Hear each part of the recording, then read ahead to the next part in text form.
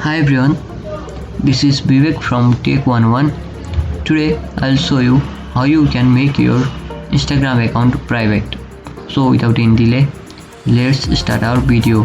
Before starting our video, be sure to subscribe our channel and click on bell icon to receive the notification of our upcoming videos. So for this, first of all, open your browser and go to instagram.com. And then you can see the interface like this.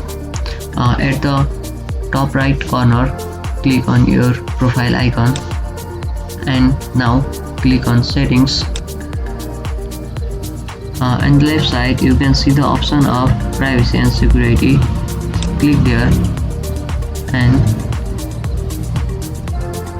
you can see the option of private account under the account privacy section.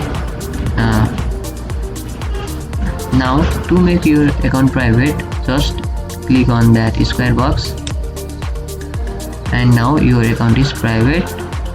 And when your account is private, only people you approve can see your photos and videos on Instagram and it won't affect your existing followers. So guys, how was this video? If you like this video, give us a thumbs up, and if you have any problems while following the steps shown here, please don't hesitate to comment below. Thank you for watching.